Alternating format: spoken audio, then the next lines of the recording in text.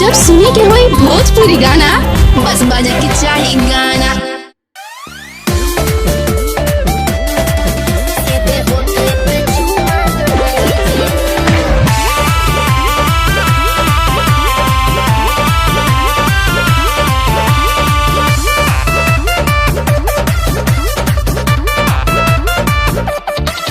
तुम करोगी जान जदी ऐसे हम करेंगे प्यार, बोलो कैसे?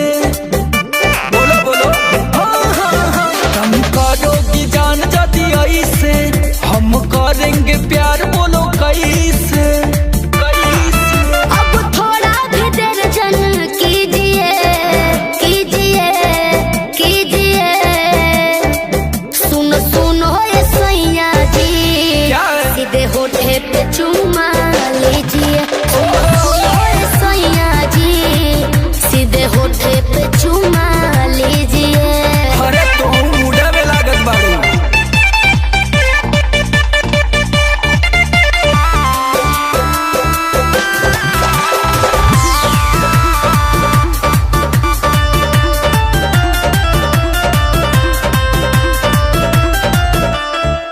काहे करते हो लेट, होठ हुआ चॉकलेट खाके जल्दी खत्म कर दो।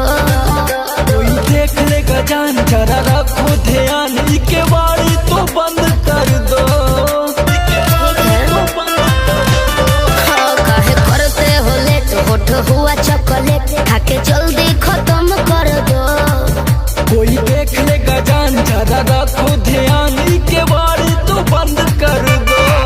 प्यार करने में भाषण ना दीजिए दीजिए। सुनो सुनो ये सैया जी, सीधे होठे पे चुम्मा लीजिए। सुनो सुनो ये राजा जी, सीधे होठे पे चुम्मा लीजिए। मान जाओ बाबू, अभी टाइम नहीं हुआ।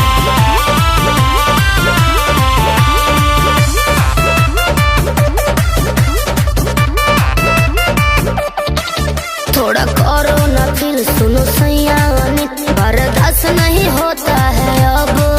जग जाएगा जोश, तिवारी आशुतोष कर देंगे समर गजब। थोड़ा करो ना फील, सुनो सैया बर्दाश्त नहीं होता है अब। जग जाएगा जोश, तिवारी आशुतोष कर देंगे समर गजब। जो भी करना है जल्दी से कीजिए कीजिए। सुनो सुनो ये सैया जी, सीधे होठे पे चुम्मा। सुनो सुनो ये राजा जी, सीधे होठे पे चुम्मा लीजिए लीजिए ना। आवा सुनो सुनो